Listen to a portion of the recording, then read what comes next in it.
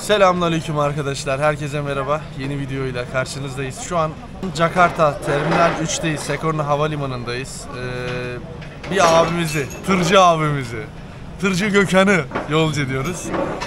Tabii kendisiyle uzun zamandır görüşemedik. Çünkü balayındaydı. Tatilini yaptı. Onu yolcu ediyoruz tabii ama birazcık sohbet edeceğiz. Çok fazla sorular var. Videosu çok fazla izlendi. Oradan da hani yorumlardan da bakıp işte ona göre sorular soracağım. Kendisi tecrübe edindi, bu kadar Endonezya'yı gezdi, tozdu, işte efendime söyleyeyim. Daha doğrusu gezemedim dedi. O bölgede kaldım dedi. Ama olsun, edinmiş olduğu tecrübeleri aktaracak. Bir de daha çok sorulan bir sorulardan biri. O günü karanlıkta video çekmiştik. İşte yenge hanımın yüzünü göremedik. Baba ne oldu, ne etti falan dediler. Ondan sonra sıkıntı yok. Şimdi her şeyi açık biraz loş bir ışıkta, karanlıkta videoyu çekeceğiz yine ama kusura bakmayın, hakkınızı helal edin. Maalesef terminal havalimanının bu şekilde ışıklandırması. Kusura bakmayın. Neyse videoya geçelim. Başlıyoruz. Selamünaleyküm Gökhan abi. Aleykümselam kardeşim. Ne yapıyorsun? Tırcıların kralı, tırcı Gökhan abi.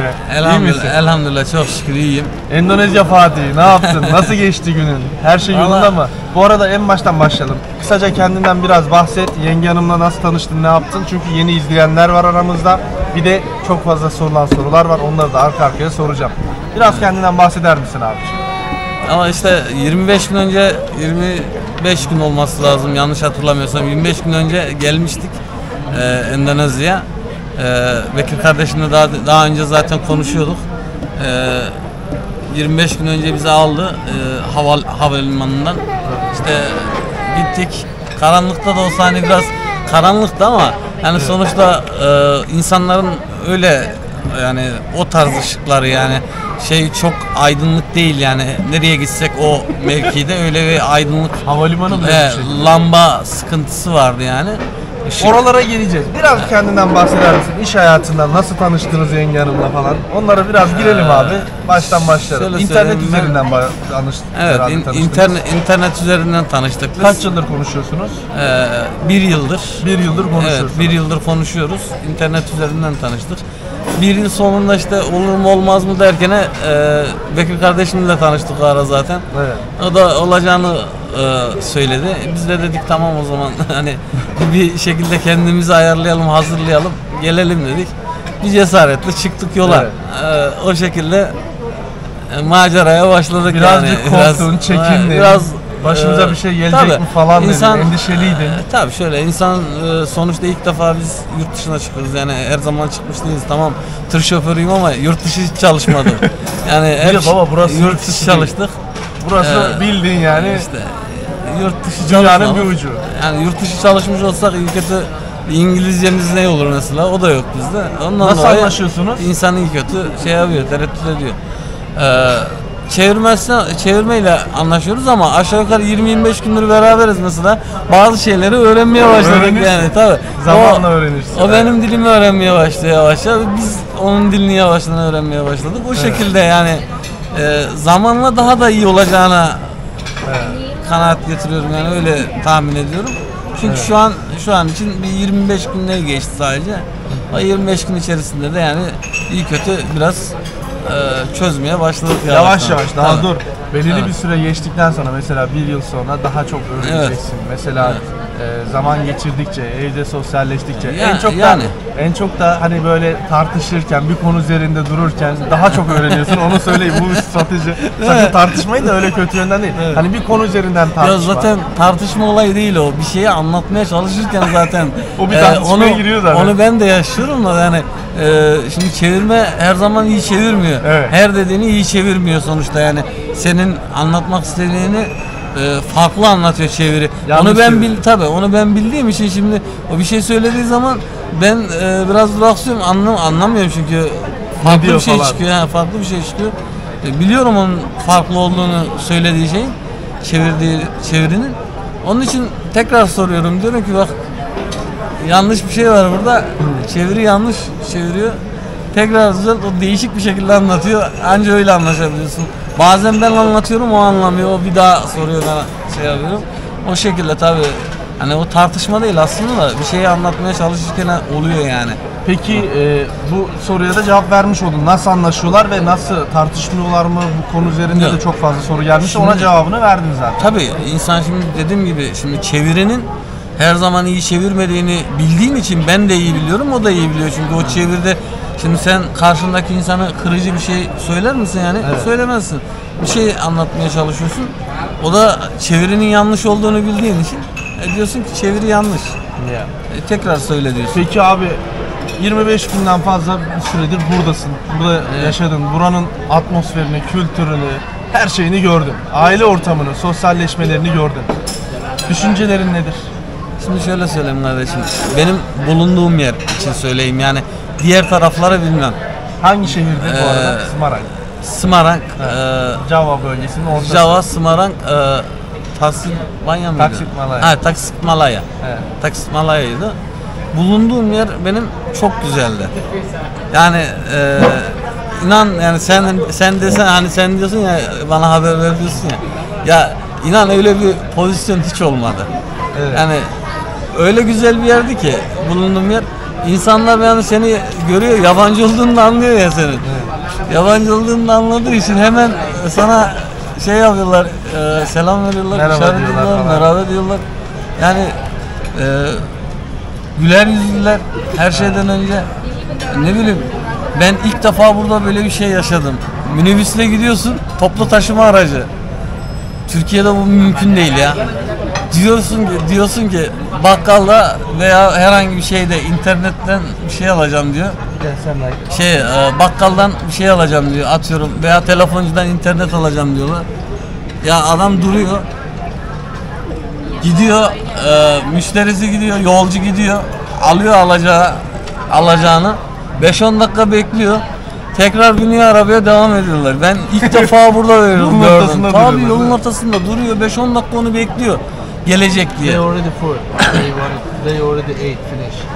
Bir şey içeceğiniz mi? Kopi. Kahve. Evet. Mbak, minum apa? Sejak kopi. Panas. Sıcak lan, panas diyor. Aslanım benim ha. Endonezya dilini öğrenmiş ya. Helal olsun kardeşim. Ya diyorum ya işte Ha? yavaş Panas, yavaş. sıcak, helal. Yavaş Yavaş yavaş yavaş öğreniyorsun yavaş. işte. Dingin diyor mesela soğuk. Ha, başka, anlamına geliyor. Kitapla asbak. He. Kitapla asbak diyorlar. Ha? Lazım olan şeyleri öğrenmiş. Roko sigara aynen. Çaydan. Çaydanlık Te.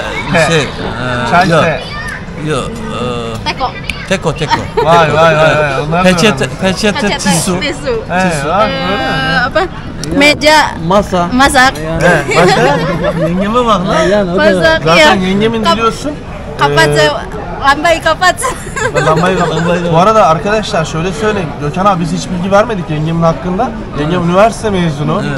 Hemşirelik okumuş ve daha sonrasında da İngilizce ve diğer diller hakkında da öğretmenlik yapmış. Evet. Yani kendisi de bayağı yetenekli bir hanımefendi. Evet. Gökhan abi şu sorular da geliyor şimdi gelecek de. Bir üniversite mezunu, sen ilkokul mezunuydun Evet. yanlış hatırlamıyorsam. Evet, ilkokul Bir mezunu. anlaşmazlık olur mu diye soruluyor. Bak daha önce de böyle bir abilerimiz, arkadaşlarımız Ya. geldi, evlendiler. Bu soruya bir cevap verelim abi. Sen ne düşünüyorsun? Şöyle söyleyeyim. Ya insan aslında yani gönüller bir oldu muydu? Gerçekten yani karşındaki insan seni seviyorsa yani sen onu o ışığı gözünden alıyorsun zaten. Eğer seni gerçekten seviyorsa Evet. o insan yani bir problem olacağını zannetmiyorum. Çünkü hani kendin de kendin de şimdi yani ne bileyim cahil olacak halimiz yok. Yaşımız olmuş 40. Bu yaştan sonra her şeyi anlayışla Eğitim şeyde, seviyesi tabii. hakkında söylüyorum. Ne Ya, alaka abi canım? Öyle değil yani de. biz Eğitim seviyesi hakkında çok fazla sorular eğitim geliyor. seviyesini ben şöyle söyleyeyim yani insan Umursamıyorsun. aslında insan yaşayarak eğitim alır yani. İnsan kendini yaşayarak bilgilendirir. Ha tabii ki okumanın faydası mı? Olmaz olur mu? %100. Peki abi onları da geçelim. Onları da faydası olur geçelim. yani. Sorulara cevapları veriyoruz. Hızlı geçiyoruz. Zamanımız yok. Sizi yolcu edeceğiz çünkü. İnşallah. Şimdi abi şöyle söyleyeyim. Endonezya senin için ne ifade ediyor? Artık yani bir Endonezyalı mı oldun? Hani bir de bu arada çok yorumlardan bir tanesi ya Gökhan abi, Tırcı Gökhan şeye benziyor. Endonezyalılara benziyor zaten diyorlar. Ya şimdi şöyle söyleyeyim. Herkes benzetebilir ama emin olun burada herkes yabancı olduğumu anında biliyorlar. Çözer. Yani Evet. anında sadece insan bir sefer gördüğü anda yani senin yabancı olduğunu anında biliyor. 100 Yani kilometre. öyle bir şey yok yani. Endonezya ya keşke olmuş olsam fark eden bir şey yok. Onlar da insan yani sonuçta. Ki bir de güler yüzlü insanlar yani öyle kötü insanlar değil yani. Bulunduğumuz yer öyleydi yani. Yemekleri hakkında ne düşünüyorsun? Yemekleri her yemeğini yiyemiyorum. Yalan yok şimdi. Zayıflamışsın. Her yemeğini yiyemiyoruz. Nasıl söyleyeyim? Benim geldiğinden beri standart bir yemek şeklim var. Balık, tavuk, et. Yani Bak balık tavuk. Balık, et. ikan, üçün ikan sate yani, aja ya. sate, Başka? sate ayam, Sate ayam. ikan, He. tamam. Zaten ayam. Ayam. Tavuk, Bir de tavuk şiş şey, falan onları diyor. neydi? Bir tane de şey vardı. Ayam bakar mı? Ayam. Nasi goreng. Nasi goreng. Nasıl gören? He. Nasıl gören? Onlar zaten bizim Ekmek, damak tadımıza ekmek. birazcık uyuyor. Biraz uyuyor. Hamurlu olduğu için biraz Uyar. uyuyor yani. Uyar abi. Bir dediğim gibi geldim gidene kadar aynı yemek menüsü. Çünkü biraz damak tadı hani uyum sağlayamıyor. Pizza söylüyorsun. Pizza nasıl söyleyeyim? Pizzanın tadı da çok tuhaf, değişik. Mesela Lezzeti tam damak tadımıza uygun değil. uygun değil. Ama şeyde bu Tahsilbanya'dan sonra uzak bir yer vardı. Biz oraya gittik böyle deri şeyleri satıyorlar. Elhamdülillah. Hayırlı yaşlar. Sağ ol abi. Deri sırf deri malzemeleri ne satıyorlar? Gördün mü orada? Evet gittik beraber gittik hanımla.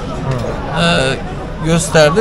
Orada bir pizza yedim. Oranın pizzası biraz yani bir tık uyuyor. He. Bir tık yani şey değil ama onun da kenarlarına sosis koymuşlar. Yani o da yuvarlak lezzeti ona yerinde. vermiş. He, bir o Yani devamlı böyle et, tavuk, balık, pizza bu tarzda geçiyor. Aynen. Yani. Pizza 2 sefer pizza yedim 25 günde öyle söyleyeyim. Oo. 2 sefer. Abi Pizza- genelde hep He. Endonezya yemeklerini yiyorum. Genelde Endonezya yemeği işte tavuk şiş, normal et şiş. Öyle anlatayım yani. Makan Pilav. Cina. Tamam. Pilav zaten Çin makarnaları Makan Cina, pardon makan Çin Çin yemeklerine restoranına girdik. gitmişsiniz. Anlat Evet. onu da anlat. Çin restoranına girdik. Aslında Çin. ufaktan bir videosu var. Balık yedik. He. Şimdi Çin restoranı olduğunu bilmiyorduk. Eyvah eyvah. İçeriye girdik şimdi. Yenge niye demedin kız? Önce Çinli o da diye. ayıkmadı önce. Baksana yengem de Çinli gibi gözleri yok. Kardeşim gözleri kaybolmuş yani. önce girdik şimdi. Gözleri kaybolmuş. Valla. Şimdi Japon girince Japon. orada lüks bir yermiş. Biz de tabii bilmiyoruz hani alışveriş merkezine girdik. Alışveriş merkezinde alt tarafta Adana yıkıldı.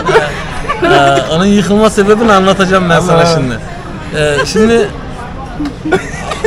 aşağıda normal Ne restoranlar vardı. He.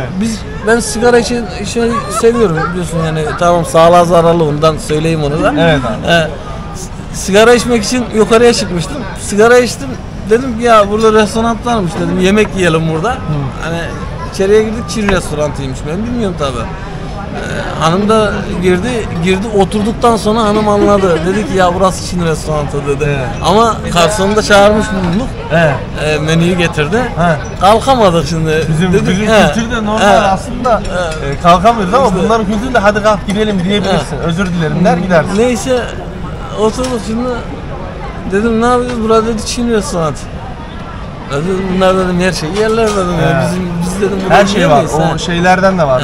O domuz Ne falan, ararsan her var. şey var. burada. Yani Çin restoranı sonuçta yani ne ararsan var. Evet abi. Dedim ki biz burada yemek yiyemeyiz. Aramızda falan. Dedi ki menüye baktık menüde balık var. Sadece bizim yiyebileceğimiz He. tür balık. Dedik balık isteyelim madem öyle. Balık istedik. Bunların biliyorsun bir şeyleri var. 2 tane. Evet, çöp şiş. Hatta şeyde videosu var ona gülüyor. Evet. Şimdi geldi, pilav getirdiler. Balığın yanında pilav geldi. Evet. Şimdi ben çöpe bakıyorum, çöp bana bakıyor, ben pilava bakıyorum. Ya bunu dedim, pilavla nasıl yiyecek, pilav dedim, bununla nasıl yiyorlar dedim ya. Yeme şansı yok ya. Adet adet mi Evet, seçtin? yani böyle şey yapıyor. Zaten yapamadım. Önce bir denedim kağıtla. Kağıdı koydum ortaya. Kağıdı almaya çalışıyorum alamıyor böyle. Allah Allah. Tabii çok zor bir şey ya. Ona mı öyle yengem? Aynen. Onlara komik geliyor. Ben de ilk geldiğim zamanlarda bu şekildeydi. Alışma süreci biraz zaman alıyor abi. Onunla yemek biraz... İşte ona gülüyor. Onun için gülüyor. Yani ben çünkü almaya çalıştıkça alamıyorum. Ona gülüyor. Ya 1-2 sefer oldu ama dedim olmayacak bu. şeyi çağırdım, garsonu çağırdım, Aşırı çatal kaşık getirdim. Getirdiler mi? Tabii İyi, çatal tamam kaşık. abi. Orada Çatal yırtırsın kaşık abi. getirdi, Yoksa aynen. aç kalırsın lan. Evet. Çatal kaşık geldi, çatal kaşıkla şey yaptık yani. Pekala abi. Bir Endonezyalı hanımla evlenmenin avantajları bir de dezavantajları varsa onları senden rica edeceğim. Ya şöyle söyleyeyim, Söylemeni. dezavantajı aslında ilk baştakini söyleyeyim ben. Dezavantajı şu, ya zamanla anlaşacağın şekilde, yani şu an hani bazı şeyleri anlaşamıyorsun, bazen zorlanıyorsun. Bazen şimdi karşındaki de zorlanıyor illaki, yani şimdi sadece sen değil. O Konuşma sıkıntısı diyorsun. konuşma sıkıntısı, yani sadece o. Başka? O da zamanla aşılacak Başka? bir şey yani. Başka? bir dezavantajı Hiçbir şey yok. yok ya. Yok yani öyle Hiçbir bir şey yok mu? yok öyle Temizlik konusu, Yok, yemek yok. konusu, Ben hiçbir şey. şöyle söyleyeyim, ben 25 gün yanında kaldım. 25 günde hanım yani gerçekten temizliğini şeyini 10 numara yaptı yani. Öyle söyleyeyim. Yani 25 Şimdi günlük otel normal şu an- temizliği vardı. Otelin normal kendi temizliği vardı. Ama bir insanın şimdi temiz olduğunu olmadığını da 25 gün içerisinde anlarsın. Anlarsın Yani yere bir şey döküldü mü de eline hemen peçetesini, bezini, şeyini alıyor, temizliyor. Yani normalde otel görevlisi yapabilir deyip yapmayabilir. Bunu niye soruyoruz biliyor musun abi? Endonezya, eski videolarımı izleyenler bilir. Endonezya'da kültüründe temizlik biraz daha alt seviyededir. Hani bizim Evet. Türk kültürüne göre daha zayıftır. Evet. O nedenden dolayı çok fazla sorulan sorular arasında bu. Şimdi şöyle söyleyeyim, pis insan eğer onu yapmak istemese, şimdi nasıl söyleyeyim sana, dökülmüş bir şey değil mi? Onu temizlemez. Otel personeli yarın zaten gelip temizleyecek diye elini değmez. Yani Araplarda bu meşhurdur, yani Araplar içerisinde eder. Az değil yani, 25 ha. günlük yeni evlisiniz ama Şimdi, şu ana kadar ki tabii, tecrübe edindiğin şimdi şeyleri anlatıyorsun. yanında yaşadığın için şimdi anlarsın onu. Evet. Şimdi bir şey döküldü hemen temizliyor. Temizlik kültürü var yani. Mesela çamaşırlarımız ne? Elde yıkadı. Makine yok Çamaşır buralarda makinesi. yani. Gönderip başka yerde yıkatacaksın mesela. Yok olmaz. Gönderme, ben yıkarım. Yani tutumlu. Tabii, Hani tabii, parayı bas sağa Tabii. sola verme, ben deterjanımı Tabii, alırım yıkarım ben dedi. yıkarım diyor tabii. Peki Konu- avantajlarına konuna geçiyoruz. iyi, Yani o dezavantajı yani. konuşma sıkıntısı. Avantajları abi Endonezyalı Bir hanımla de evlenmenin şu ne var. Heh. Bizim yemek kültürümüzü zamanla öğrenecekler. Abi o dezavantaj değil, o kültür sorunu. O zamanla zaten olacak. kültür Onu bir şöyle, sorun değil. Yok şöyle anlatayım. Şimdi ben aslında avantaj olarak şöyle söyleyeyim. Bir de daha Ya, önce bir evlilik yaptın, Tabii, hani bak boşandın. şimdi şöyle söyleyeyim. Onlarla Şimdi, tecrübeyle dayanaraktan. Türkiye'deki kardeşlerimiz de hani bayan ablalarımız olsun, ne bileyim işte bacılarımız olsun. Yok kıyaslama Hani yapmayacağız. Hayır yanlış kıyaslama değil. Sen kendi anlamasınlar. tecrübene dayanarak söyle. Yanlış anlamasınlar yani, öyle bir kesinlikle öyle bir şeyimiz yok. Ama şöyle söyleyeyim. Buradaki kadınlar biraz daha kocalarına daha nasıl söyleyeyim, sevgisini daha fazla gösteriyor yani. Öyle anlatayım. Sevgisini daha fazla gösteriyor. Yani daha fazla ilgi gösteriyor. İşte nasıl söyleyeyim? Yani eksik bir şey bırakmamaya çalışıyorlar. Yani sen açım demene gerek yok yani. Hemen önüne sofranı aç mısın diye hemen direktmen soruyor. Veya işte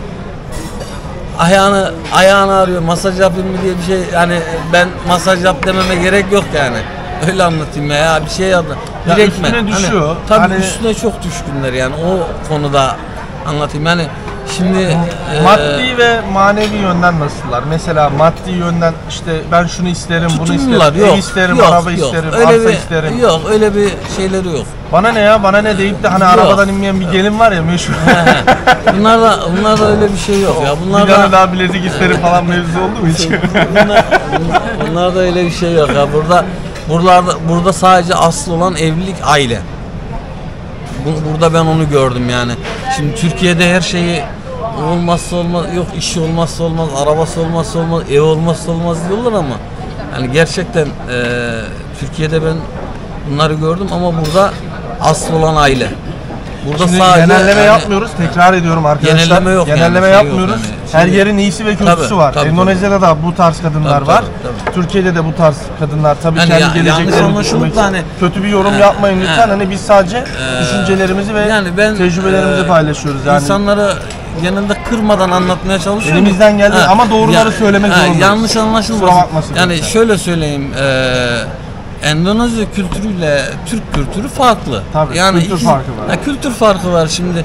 Yani iki kültürü karşılaştırıp da çatıştırmanın bir mantığı yok. Bizim Şimdi, kültürümüzde işte bir gelir bir çuval parayı boynuna dolar böyle yani. 100 liralık 5 liralık bilmem ne bu Yani, gösteriştir ama yani. burada bu ayıptır. Evet. Çok büyük bir ayıptır. Terbiyesizliktir. O O parayı yani, yakarlar yani kafanda. İşte kültürü yani kültürleri çatıştırmanın bir mantığı yok. Burada O zarfın konudan içinde- zaten ayırt etmek istedim. Evet. Yani diyorum ya hani yanlış anlamasınlar diye hani Yok, ablalarımız- yanlış anlayacak bir şey yok. Kötü yorum yapanı yani- engellerim zaten. Yok, Çünkü ya. nedeni de şu biliyor musun abi? Bazen şey diyorlar işte siz Türk kadınlarını Ya kötü... yanlış Abi, anlamasınlar kötüleme ya, bir şey öyle yok. şey değil, yok, Biz yok. burada sadece şunu söylemek istiyoruz. Her yerin iyisi ve kötüsü var. Evet. Bazı kadınlar sadece mutluluk ister. Evet. Her yerde aynıdır. Bazı kadınlar da maddiyata daha çok önem verir ve geleceğini düşünür. Evet. Bu adam öldükten sonra en azından benim malım mülküm Yani olsun ister. işte ben onu anlatmaya çalışıyorum. Hani buranın kültüründe kültür olarak söylüyorum yani. Çok Buranın özür dilerim, çok şeyinde. özür dilerim. Bu nedenden dolayı da Türkiye'de evlilik oranları azalmaya başladı ya da çok kısa sürmeye başlamış. Evet. Boşanma çoğaldı. Boşanma olayı çoğaldı. Bu olayı ben birebir kendim yaşadığım için yani şimdi buradan onu anlatmak istemem. Özel şeyler oldu. Yani bu tür şeylerle karşılaştığım için yani boşanma çoğaldı bu yönden. Şimdi insanlarda var mı yok mu bilmiyorlar. Yani belirli bir şeye oturtmuşsun rayını. İşte yok ev isterim, yok araba isterim. Ya herkes ev araba alamayabilir.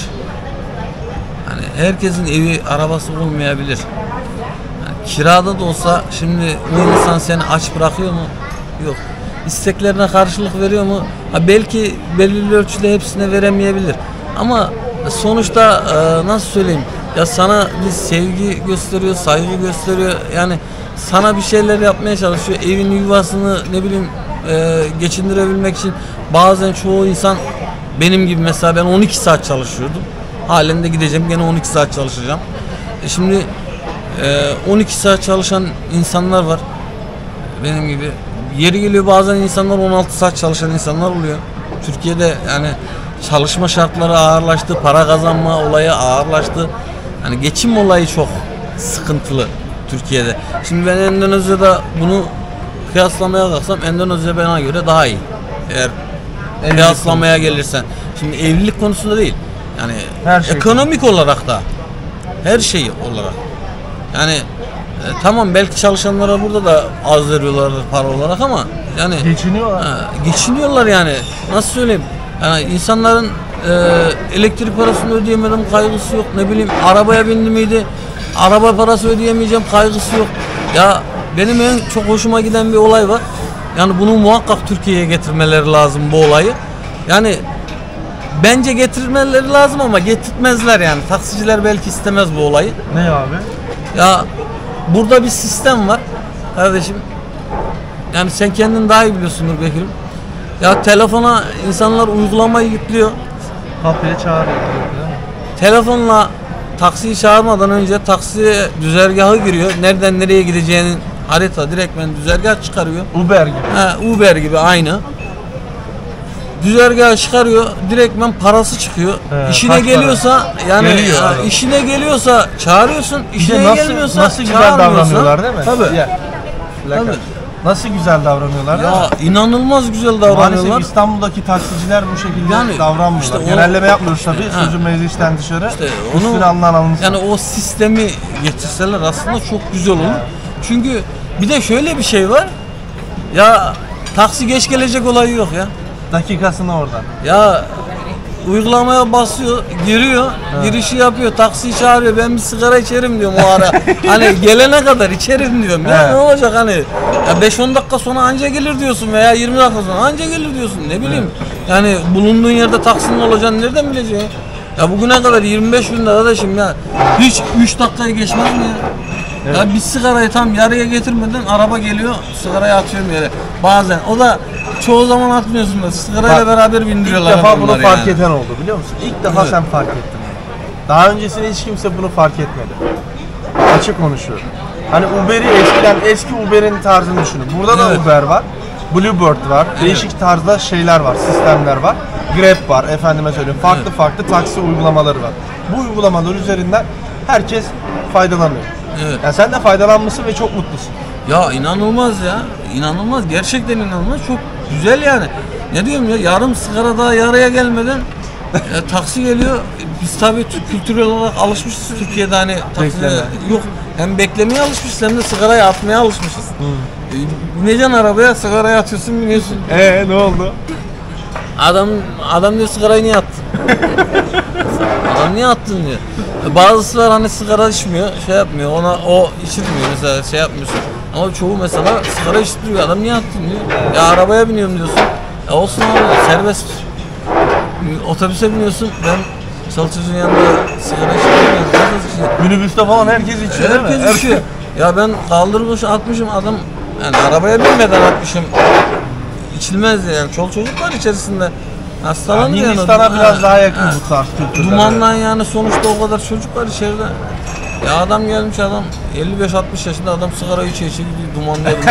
Bir de onların sigaraları böyle ağır zaten, dumanlıyor lan filan. Aman oralara girmeyelim. Neyse. Peki abi başka böyle farklı seni etkileyen Endonezyalılar işte şöyle ya da Endonezya kültürü böyle dediğin bir şey var mı? Fiyatlar nasıl bu arada, onu da soralım. Ya fiyatlar şöyle söyleyeyim, fiyatlar gerçekten Kıyafet almışsın dediğim gibi mesela bu üzerindeki. Türkiye'ye göre çok iyi. Allah Allah. Ben öyle söyleyeyim. Hangisi mesela? Hangi ürün? Ya şöyle söyleyeyim şimdi, ayakkabıyı göstermeyeyim, marka vereyim mi? Kaç aldın abi ayakkabıyı? He? O ayakkabıyı kaç aldın? Bak, Toplam bak. 2 tane bir çocuğa ayakkabı aldım. Bir kendime ayakkabı aldım. Evet. Çocuğa 3 tane forma, Ha. şeylerin nasıl söyleyeyim? Bayern Münih, işte Real Madrid, Evet. Chelsea, Milan. Yengemci var. 4 tane. Evet. 4 tane forma aldım çocuğa. 4 tane forma. Bir tane alt üst eşortman takımı. Ha. Alt üst eşortman takımı aldım. Nerede bu? AVM'den mi aldın, pazardan mı aldın? Pazarın orada güzel bir dükkan vardı. Güzel bir dükkan vardı. Dükkandan aldık ama hani mağaza tarzı bir dükkan. Tabii yani canım. öyle söyleyeyim. Spor malzemeleri satan bir dükkandı yani. Başka ne aldık? Başka da bir şey. Tişört falan almış. Hepsine 1030 rupiah verdim. 1000 juta de onu. Yani bir juta 30 rupiah işte. O da Yani 2000 Türkiye lira. parasıyla 2000 lira ne 2000 ya? lira yapıyor. 2000 lira ne yerdik 2000 yani? liraya kaç ayakkabı aldın? 2 ayakkabı İki aldım. ayakkabı aldın. Ayakkabılar da iyi yani. Ya kaliteli ayakkabıyı da şeye vurdum, fiyatını vurdum, 300 rupiye yakın. Ayakkabı 550 milyon liraya neydi denk geliyordu. Ya Türkiye'de yani 1,5 milyardan aşağı ayakkabı yok Bekir. Yani yalan söylemiyorum şimdi, 1,5 milyar abi. Yani aşağı yok, 1000 lira, 1,5. O da en kötüleri yani 1000 lira, 1,5. Yani diyorsun ki giyim biraz daha uygun burada fiyatlar. Uygun, çok uygun. Yemek fiyatları eğer Avrupa ya da Amerika standartlarına Yemekleri göre de çok uygun. hani restoranlar, pahalı restoranlar haricinde Ya şöyle sokak söyleyeyim. yemekleri ucuz tabii o Tabii, ayrı. sana şöyle söyleyeyim. Biz oteli biliyorsun, bizim bıraktığımız He. oteli biliyorsun. Otelin güzel bir... Sevdin mi abi oteli Otel bu arada? çok güzel. İyi seçmişim değil mi? Çok güzel otel. Şimdi otelin sen görmemişsindir akşamla. He. Akşamla sadece sen gittin odaya baktın geldin. Abi iyice Heh, kontrol ettim tamam, odanız işte. taze, sıkıntı İşte var mı onu, diye. onu Sonrası anlatmaya gittim. çalışacağım şimdi. Sen sadece gittin otelin odasına baktın geldin. Tamam mı kardeşim? Bak anlatıyorum. Şimdi otelin aslında sen gündüz gözüyle görseydin dersin ki abi bura neymiş derdin. Otelin dışarıdan da var, içeriden böyle girişi de var yani arkadan böyle dolanıp girişi de var. 3 tane havuz var. Yüzme havuzu. Sabah akşam yüzdüm demeyeceğim mi bana? Yok ben hiç girmedim havuza. Hiç girmedim. Yanarım diye hiç girmedim. Ya Yani abi ne anlamı? 3 tane havuz var yan yana. Dışarıdan yüzmeye de gelenler var oraya aynı zamanda. Öyle söyleyeyim. 3 tane havuz var. Dışarıdan gelenler ücret veriyor. Otelde kalanlar ücret vermiyor havuza. Ondan sonra bir restoranı var. Restoran harika. Lüks. Orada yediniz hep. Tabii. Ya giriyorsun atıyorum işte 100, 150, 200 bin rupiah veriyorsun. Yani o da İkinizin yemek var. tabii. Yani o da ne yapıyor işte 250, ya, 300 TL. 180, 200, 300 o civarda para tutuyor yani. Şimdi 300 milyon liraya öyle bir yerde Türkiye'de yiyemezsin yemek. Yani çok güzel günler geçirmişsin, Tabii, çok tabii. güzel balayı yapmışsın. Çok tebrik ediyorum seni. Güzel yorumladın. Elinden geldiği kadar, dilimiz döndüğü kadar çevirmeye çalıştık biz de. Yenge hanım zaten baksana mutluluktan havalara uçuyor. Durmadan yanında. Bir de minibüslerinde tamam çok eski minibüsleri var ama Şoförleri nasıl? şoförleri de çok anlayışlı. Efendim, değil mi? Tabii, Garibanlar. efendim. Ya adam bir tane adam geçmeyeyim diye geri geri geliyor ya. 100 metre gitmiş 100 metre geri geliyor adam almıyor ya. Aynen öyle. Yani bir de hani şeyler de uygun. 3 rupiye, 5 rupiye ya, Ucuz. 10 rupiye ya. Götürüyor abi bir tanesi ama kandırmaya çalıştı bizi. Değil mi yenge he? Aslanım benim. Bir merhaba. tanesi bizi kandırmaya çalıştı. Biz sonra? şimdi bindik. Normalde 5'erden 10 rupiye alması lazım. Bize ille dedi otelin önünden bindik biz restoranta gidelim dedik biliyor musun? Adam dedi ki işte tarif ediyor ileride var falan filan beni de götürürüm sizi bırakırım oraya. Bindik şimdi götürüyor. Adam neyse biz dedik ki burada ineceğiz. Benim yabancı olduğumu gördü ya adam. Hemen 100.000 rupiye istedi. Ondan sonra dedi sen ne diyorsun dedi ya ben dedi Endonezyalıyım dedi öyle Aneh deyince bang, yang hemen- murah dibilang mahal, yang mahal dibilang murah. Pahalı olanı ucuz atıyor, ucuz olanı da pahalı atıyor diyor. 100.000 He. fiyatı hemen anında şey yaptı. Geri vites. Geri vites yaptı. Sahtekar mı? Yani 10 rupiye aldığından sonra İşte tecrübe ediniyorsun. Tabii. Bazıları gelir dayak yer, bazıları gelir mutlu Yok. olur, bazıları gelir tehlikeli mekanlara takılır. Sen efendi ya bir şekilde de şöyle bir şey takılmışsın. söyleyeyim. Ben bir de şöyle bir şey söyleyeyim. 2 sefer başıma geldi. Ya ne diyorum bak Türkiye'de hiçbir kimse yapmaz bunu.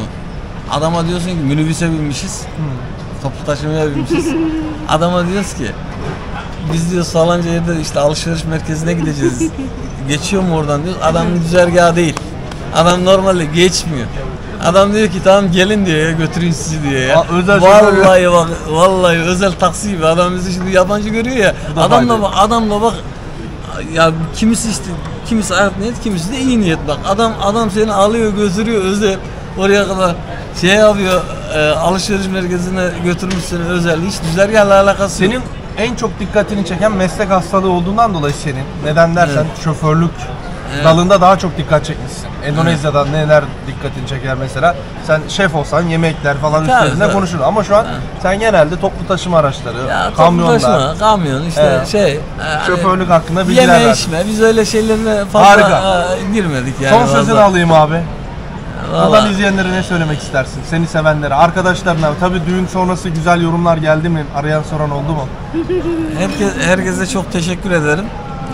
Sağ olsunlar. Arkadaşlarımıza da buradan çok teşekkür ediyorum. Allah razı olsun hepsinden. Ma, not play porn. Çok güzel günler yaşadık burada. İzleyen arkadaşlarımıza da yani gene eğer kırdıysak özür dilerim ben gene hani affola öyle söyleyeyim. Yani ben genelde kırmamak için elimden geleni yaparım ama olur bazen belki ağzımızdan yani yanlış anlaşılacak bir telaffuz olmasın. Herkesten özür dilerim eğer öyle bir telaffuz varsa. Eyvallah abi. Yani güzel günler yaşadık. İyiydi. Yani eğer gelip yani illa evleneceksin diye bir şey yok. Eğer gelip gezmek isteyen olursa gelsin gezsin görsün buraları da yani. Çok güzel yerler yani öyle söyleyeyim. Ne bileyim doğasıydı, ormanıydı işte neydi. Beraber Amazonlara nasıl kaldık abi? Tabii biz ondan sonra daha Daha fethiyeleri hanımla daha güzel böyle sana göstereceğim ben videosunu dersin ki abi ya sen buraya nasıl gittin dersin. İnsanların banyoları dışarıda ondan sonra ne bileyim. Derelerde banyo yapanları gördün mü? Şey yok biliyor musun? Elektrik yok köyde. Köyde elektrik yok. Girdik içeriye. Köyün içerisine girdik. Orada dedim, mı yattınız? Yok ya ne yatması. Girdik gezmeye girdik ama 500 basamak iniyoruz aşağıya. 500 basamakla yukarıya çıkıyoruz. Abo. Tabii ama felaket bir manzara var. Öyle böyle değil manzarası. Tibet'e doğru gitmişsiniz abi. Tabii, ya nasıl söyleyeyim sana? Suyun derenin içi aşağısı yani aşağıya iniyorsun. İnsan zaten yoruluyor inene kadar. Evet. İnerken yoruluyor yani bırak çıkarken iyi. Anlat bitiremezsin He. sen. Buradan sevdiklerine Tabii. ne söylemek istersin? Son söz. Herkese çok selam olsun buradan. Kendinize iyi bakın. Bize daha doğrusu vakit ayırdığınız için çok teşekkür ederim. Sampai jumpa. Aslanım benim. Sen de ne Diyorum bak. Gurus-gurus. Terima kasih banyak ya. Sama-sama. Mbak abang Gökhan enak ya. Iya. Tidak ada masalah ya. alhamdulillah. Sehat selalu ya. Alhamdulillah. İnşallah Dia ya. baik, dia Ah, perhatian, enak suami dia ya? sayang. Ya, Enak enak. suami. Oke. Terima kasih Mbak. Iya, sama-sama. Evet arkadaşlar, izlediğiniz için çok teşekkür ederim. Kendinize çok iyi bakın. Hoşça kalın. Sampai jumpa.